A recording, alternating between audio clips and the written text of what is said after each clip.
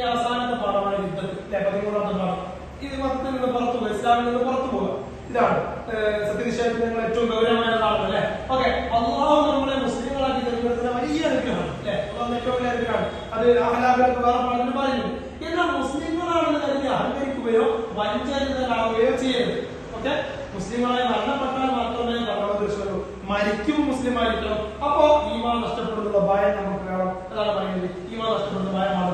ഈമാൻ നഷ്ടപ്പെടുന്ന എപ്പോഴും നമ്മൾ സൂക്ഷിക്കണം, ഭയപ്പെടണം, പേടിമാണ്. പിന്നെ നമ്മുടെ മുൻഗാമികൾ എത്ര വലിയ ഭക്തരായിരുന്നാലും ഈമാൻ തെറ്റുപോകുന്ന അവർക്ക് പേടിണ്ടായിരുന്നു, അവർ ഭയപ്പെട്ടിരുന്നു. ഓക്കെ, പ്രവാചകന്മാരെ പോലും മുസ്ലിമായി മരിപ്പിക്കണമേ എന്ന് പ്രാർത്ഥിച്ചിരുന്നു.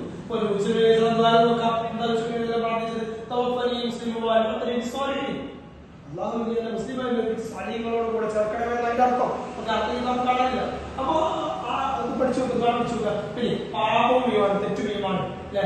അബൂ ഹഫ്സ് പറയുന്നത് വിഷം ശരീരത്തിന് മരണകാരണമാകുന്നത് പോലെ ദോഷങ്ങൾ ഈമാൻ തെറ്റിപ്പോകാൻ കാരണമാകും. അപ്പോ വിഷം എങ്ങനെ കുടിച്ചാലും മരിക്കരുത് എന്നതുപോലെ ദോഷം എങ്ങനെ ചെയ്താലും അധികം ദോഷം ചെയ്യുന്നുണ്ടാവും. നമ്മൾ പോലും അറിയാതെ നമ്മൾ മരിക്കാൻ കാരണമാവും, നമ്മൾ ഈമാൻ നഷ്ടപ്പെടാൻ കാരണമാവും. ഓക്കെ, അതിനാൽ തെറ്റുകുറ്റങ്ങളിൽ നിന്ന് നമ്മൾ എന്താക്കണം, വിട്ടു നിൽക്കണം. ഈമാൻ രക്ഷിക്കാൻ അള്ളാഹുവിനോട് സദാ പ്രാർത്ഥിക്കുകയും വേണം. രണ്ടും വേണം, തെറ്റൊന്ന് മാറി നിൽക്കണം, അള്ളാഹുവിനോട് ദുആ ചെയ്യണം. ഓക്കെ, ഇനി യുദ്ധത്തിലെ നിർവചനം പ്രായപൂർത്തി പഠിച്ചുകൊണ്ട് പ്രായപൂർത്തിയും ബുദ്ധിയും ഉള്ള മുസ്ലിം വാക്കുകൊണ്ടോ പ്രവൃത്തി കൊണ്ടോ നിയ്യത്ത് കൊണ്ടോ സ്വന്തം ഇഷ്ടപ്രകാരം ഇസ്ലാമിൽ നിന്ന് പുറത്തു പോകുന്നതിന് യുദ്ധത്തെ എന്ന് പറയുന്നു. അതിന്റെ അർത്ഥം മതത്തിൽ നിന്ന് പുറത്തു പോലെന്ന് പറയുന്നു. ഓക്കെ, അതുകൊണ്ട് ബുദ്ധിയുള്ള മുസ്ലിം വാക്കുകൊണ്ടോ പ്രവൃത്തി കൊണ്ടോ നിയ്യത്ത് കൊണ്ടോ സ്വന്തം ഇഷ്ടപ്രകാരം ഇസ്ലാമിൽ നിന്ന് പുറത്തു പോകുന്നതിന് യുദ്ധത്തെ എന്ന് പറയുന്നു. പഠിച്ചോ, യുദ്ധത്തിന്റെ ഗൗരവത്തെ കുറിച്ച് പറയുന്നത് സത്യനിഷേധത്തിന് ഏറ്റവും ഗുരുതരമായ യുദ്ധം.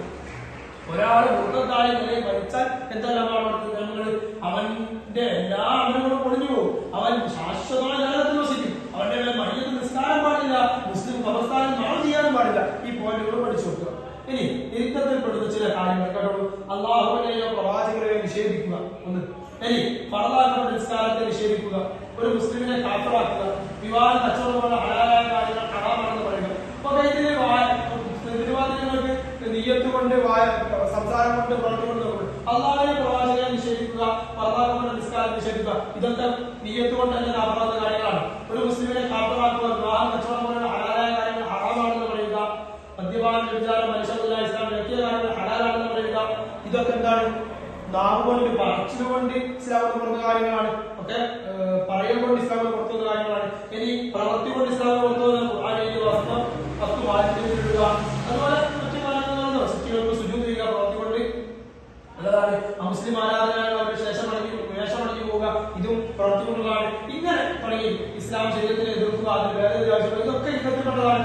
ഓക്കെ, ഇനി മുർത്തത്ത് ഇസ്ലാമിലേക്ക് മടങ്ങുക. ഒരാൾ ഇസ്ലാമിന് പുറത്തു പോയി പോയാൽ അയാൾ തിരിച്ച് ഇസ്ലാമിലേക്ക് അദ്ദേഹത്തിന്റെ ബോധം വന്നാൽ അവർ അത്രയും കാലം ചെയ്തത് വലിയ തെറ്റായി നോക്കട്ടോ, ചെറിയ കാര്യങ്ങളുണ്ട്. അപ്പോ മുർത്തത്തായാലും വീണ്ടും ഇസ്ലാമിലേക്ക് മടങ്ങാൻ എന്ത് ചെയ്യണം?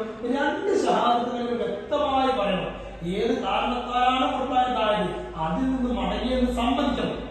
അപ്പൊ ആ സംബന്ധിച്ചുകൊണ്ടുള്ള മുർത്തത്തിന്റെ ഷഹാദത്തുകളാണ്